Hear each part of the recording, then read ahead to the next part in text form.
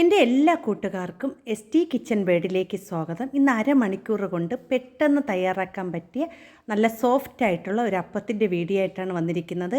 അപ്പോൾ നിങ്ങളെല്ലാവരും video skip ചെയ്യാതെ കാണണം. വീഡിയോ ഇഷ്ടപ്പെടുകയാണെങ്കിൽ ST കിച്ചൺ വേർഡിനെ എല്ലാവരും ഒന്ന് സപ്പോർട്ട് ചെയ്യണേ.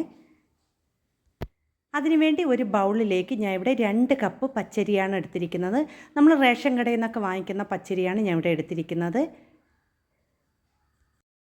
അപ്പോൾ ഞാനവിടെ 2 കപ്പ് പച്ചരി ചേർത്ത് കൊടുത്തിട്ടുണ്ട്. ഇനി നമുക്കിതിനെ 2-3 പ്രാവശ്യം ഒന്ന് നല്ലതുപോലെ ഒന്ന് കഴുകി വൃത്തിയാക്കി എടുക്കാം. അപ്പോൾ ഞാനവിടെ പച്ചരി നല്ലതുപോലെ കഴുകി അതിലേക്ക് കുറച്ച് വെള്ളം കൂടി ഒഴിച്ച് എടുത്തിട്ടുണ്ട്. ഇനി നമുക്കിതിലേക്ക് ചേർത്ത് കൊടുക്കുന്നത് 1 കപ്പ് അളവിൽ ചോറാണ് ചേർത്ത് കൊടുക്കുന്നത്. അപ്പോൾ ഞാൻ ഇവിടെ 2 കപ്പ് പച്ചരിക്ക് 1 കപ്പ് ചോറാണ് എടുത്തിരിക്കുന്നത്. അടുത്ത് ഞാൻ ഇതിലേക്ക് ചേർത്ത് കൊടുക്കുന്നത് 1/4 കപ്പ് അളവിൽ തേങ്ങ ചിരകിയതാണ് എടുക്കുന്നത്.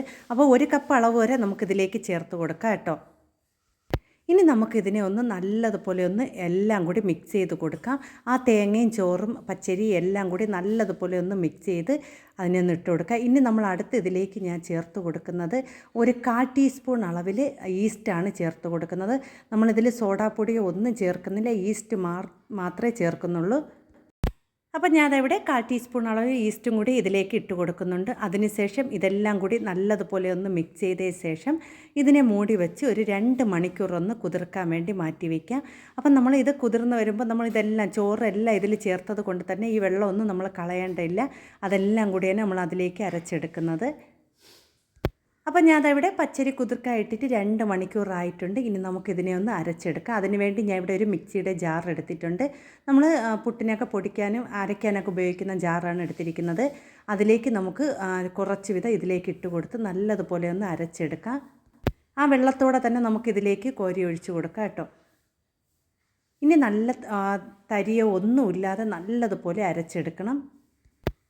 അപ്പം ഞാനവിടെ ആദ്യത്തെ സ്റ്റെപ്പ് ഒന്ന് അരച്ചെടുത്തുകൊണ്ട് വന്നിട്ടുണ്ട്. അതൊരു ബൗളിലേക്ക് നമുക്ക് ഒഴിച്ചു കൊടുക്കാം. ഇതുപോലെ തന്നെ ബാക്കിയിരിക്കുന്നത് നമുക്ക് അരച്ചെടുക്കാം കേട്ടോ. അപ്പോൾ വളരെ ഈസി ആയിട്ട് ചെയ്യാൻ പറ്റിയ ഒരു അപ്പത്തിൻ്റെ വീഡിയോ ആണ്. അപ്പോൾ നിങ്ങൾക്ക് ഈ വീഡിയോ കണ്ടുകൊണ്ടിരിക്കുമ്പോൾ ഇഷ്ടപ്പെടുകയാണെങ്കിൽ ഒന്ന് ലൈക്ക് ചെയ്ത് സപ്പോർട്ട് ചെയ്യണേ. അപ്പം ഞാനവിടെ ഇതെല്ലാം അരച്ചെടുത്തിട്ടുണ്ട്. ഇനിയൊരു തവി ഉണ്ട്, നമുക്ക് നല്ലതുപോലെ ഒന്ന് മിക്സ് ചെയ്ത് കൊടുക്കണം. ആ ഒരു തവി ഉപയോഗിച്ച് നല്ലതുപോലെ എല്ലാ ഇതും മിക്സ് ചെയ്തെടുക്കാം കേട്ടോ. ഇനി നമുക്കിതിനെ ഒരു അരമണിക്കൂർ നമുക്കിതൊന്ന് പരുവാൻ വേണ്ടി വയ്ക്കാം കേട്ടോ. അപ്പം നമ്മൾ ഇത് ഉടനെ തയ്യാറാക്കുന്നത് കൊണ്ടാണ് നമുക്ക് അരമണിക്കൂർ 3/4 മണിക്കൂർ വരെ നമുക്കിത് വയ്ക്കാം കേട്ടോ. അപ്പോൾ നല്ല ചൂടുള്ള കാലാവസ്ഥയാണെങ്കിൽ നമുക്ക് പെട്ടെന്ന് തന്നെ ഇത് പൊങ്ങി വരും. അപ്പോൾ അത് ആ മാവ് ഇവിടെ നല്ലതുപോലെ പൊങ്ങി പരുവായി കിട്ടിയിട്ടുണ്ട് കണ്ടോ.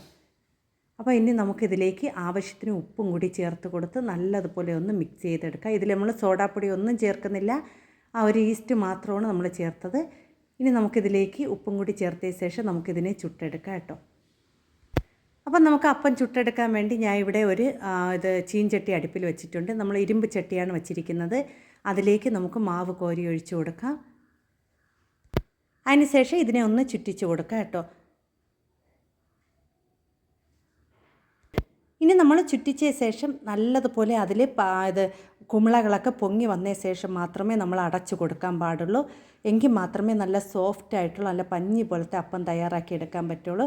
അപ്പോൾ നമ്മൾ ഇതുപോലെ എല്ലാ ഭാഗത്തുനിന്ന് കുമിള വന്ന ശേഷം നമുക്കിതിനെയൊക്കെ ഒന്ന് മൂടി കൊടുക്കാം കേട്ടോ.